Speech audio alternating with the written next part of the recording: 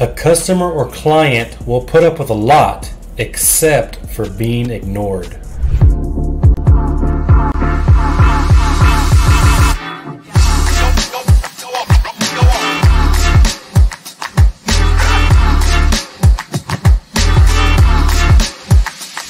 Hey, what's up YouTube? Thanks for joining me. My name is Graylan Stewart. I'm a real estate investor.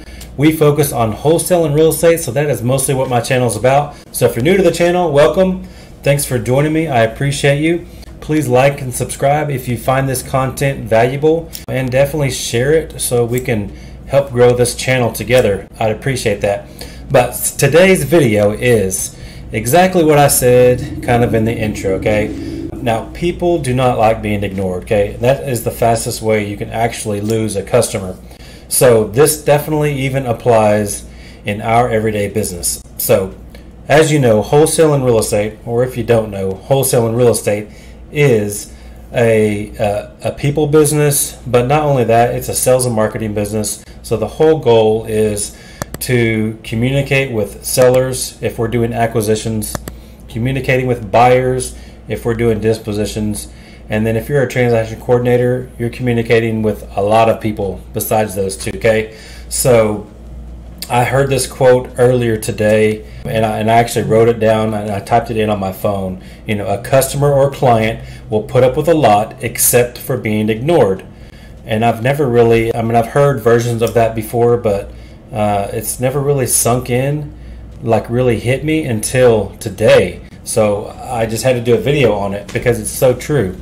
You know, acquisitions, dispositions, transaction coordinating, all of it, right? This is super true. So when you're doing acquisitions, because this has happened, so we've actually lost money because we ignored people, okay? So let me explain. This has definitely happened in acquisitions, right? So when you're doing follow-up, as you know, follow-up is probably one of the most important things you can actually do in acquisitions, because it takes so much effort, energy, money to just get a lead, okay? So when you get those leads, you got to treat them like gold, because they're not free. They do cost a lot of money, and you know, sometimes leads are hard to come by, frankly. So whenever you get a lead engaged, it's super important to keep them engaged, okay? Because you know, if you don't know about this business at all, the hardest part that we have to deal with once we get leads is actually getting a hold of the seller. So, and I don't know why that is, but that's just the fact. Yeah, I've been doing this for, you know, going on 4 years now, and getting a hold of sellers is always a hard part. Even if this is a qualified lead, which many times, most of the time, our leads are qualified because they're through specific marketing channels that bring in qualified leads, right? So why are they so difficult to get a hold of? You know, I couldn't even tell you. I really don't know. The only thing I could explain maybe why they might be hard to get a hold of is simply because they are distressed people. They're not, you know, they're not right in their mind a lot of times, or maybe they're older so they can't get to the phone as quickly. That's why we, you know, in my business, we try to call 3 times in a row. But who knows what it is. People are busy just like you and I. So maybe that's the biggest excuse. Maybe they finally admitted that they had a problem, and that's why they actually called us. But then it's still like, okay, still not really reality for them, so maybe that's why they're ignoring us. I mean, it could be a plethora of different reasons. Who really knows the right answer? But I know this, okay? When you spend your time and energy of following up, which is very, very important, good job by doing that. But when you spend all that time and energy of following up and they finally reply to you via phone call and they leave you a message, or they reply to your text message and you don't respond to them in a timely manner, the deal can go south really, really, really fast. I've seen it happen time and time again. I'll have acquisition managers doing their follow-up, doing what they're supposed to do, and then finally they reply, say, yeah, I want to sell the house for X amount of dollars.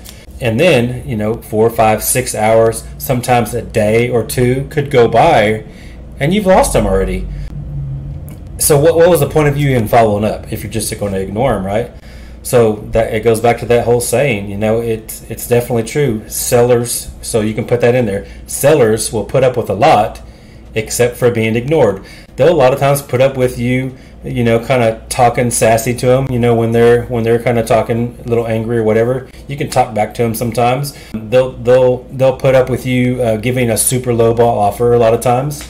They'll put up with unlimited phone calls, that you make to them, or text messages that you make to them, and then they don't even reply. They put up with that, but they won't put up with you just flat ignoring them, right? So follow-up is key, y'all. I've said it many times before in multiple videos, but I can't stress it enough because it's so important, especially if you got to think about how much money did you spend to actually bring that lead in.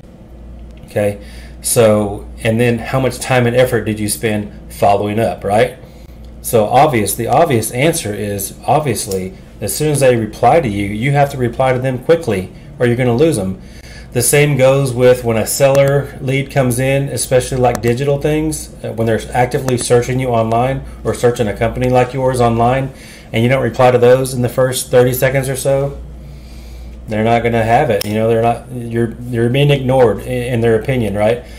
Just like when I used to sell Yellow Pages, it would be shocking to you to know how many people actually don't answer their phone. I'm talking about business owners, okay? Because Yellow Pages, if you don't really understand what that is, if you're younger or whatever, there used to be these things called phone books, right? And there was actual ads in these phone books.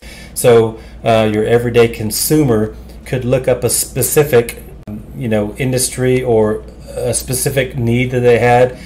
Like if they needed a plumber, they would look up plumbers in the phone book, right? And search for the ads. Usually the bigger ads is who they call first because that's what they see first. So anyways, if they call that number and no one answers, obviously they don't like that. They go to the next plumber. So, but you'd be surprised how many people don't answer their phone, because I used to sell these ads, and even trying to get a hold of these people to renew their ads every year, you might have to call them a dozen or times or so just to get them to answer the phone, even after leaving messages, etc. So we can reverse those roles and say, I didn't like it being ignored either, so obviously your seller won't like that either. So the same goes with dispositions, because I've seen this happen as well. We've definitely lost money in dispositions because we've had buyers inquire about a specific property after we've done the hard work of sending out, text blasting or email blasts or maybe some cold calls, and then they respond to us saying that, yes, I'm interested, tell me more about it, or maybe I want to go see it, or whatever. They have a question or inquiry or interest of some sort, and we don't reply in a timely manner.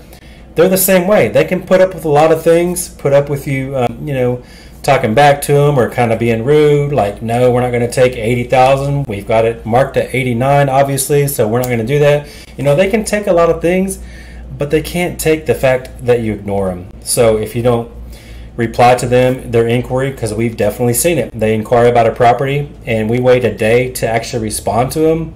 Well, suddenly they're not interested anymore.